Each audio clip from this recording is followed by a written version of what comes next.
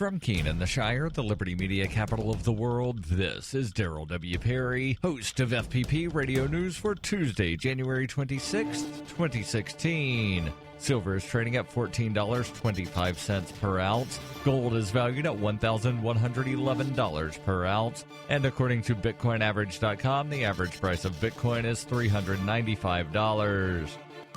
Antiwar.com reports Libya's UN-recognized parliament, the one based in the eastern town of Tobruk, voted overwhelmingly on Monday, 15-89, to reject the call to recognize the new UN-backed unity government unveiled last week in Tunisia. The government was an effort by the United Nations to come to some sort of deal to unite the Tobruk parliament, which they insist is the real parliament, and the Tripoli-based one, which is backed by several powerful Western militias. Tobruk members of parliament complained the power-sharing deal gave too much to the Tripoli parliament's faction and that the 32-member cabinet was far too big, giving the United Nations a week to offer another proposal. The unity government was already a government in name only, as it was never able to get back into the country and is still stuck in Tunis. The parliament did, however, vote in favor of continuing to back the United Nations effort to mediate a solution with the Tripoli parliament, something the UN cheered as an endorsement in principle. The bill only passed, however, after removing a clause giving a unity body any power.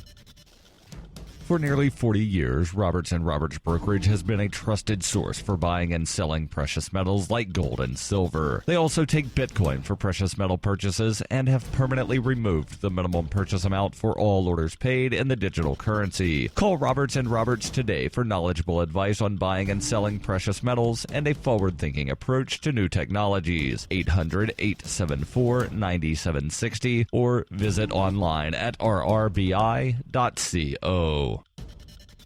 UPI reports inmates who were sentenced to life imprisonment as juveniles should be able to file for a reevaluation and possibly attain parole, according to a U.S. Supreme Court ruling on Monday. In a 6-3 ruling, the High Court ruled a 2012 decision prohibiting minors from being sentenced to life in prison without parole should be retroactive to include all applicable cases. In delivering the opinion for the court, Justice Anthony Kennedy said the ruling does not automatically grant parole, just the right to a review, which could lead to parole. The 2012 decision stemmed from a lawsuit brought by a man who was sentenced to life in prison without the possibility of parole in 1967 as a 17-year-old boy convicted of killing a Louisiana sheriff's deputy. Kennedy said the opportunity for release will be afforded to those who demonstrate the truth of the case's central intuition, that children who commit even heinous crimes are capable of change. Dissenting Justice Antonin Scalia said the Supreme Court does not have jurisdiction to decide the matter. Justices Clarence Thomas and Samuel Alito joined him in dissent. The Supreme Court's ruling on Monday reverses a decision by the Louisiana Supreme Court and sends the case back to lower courts.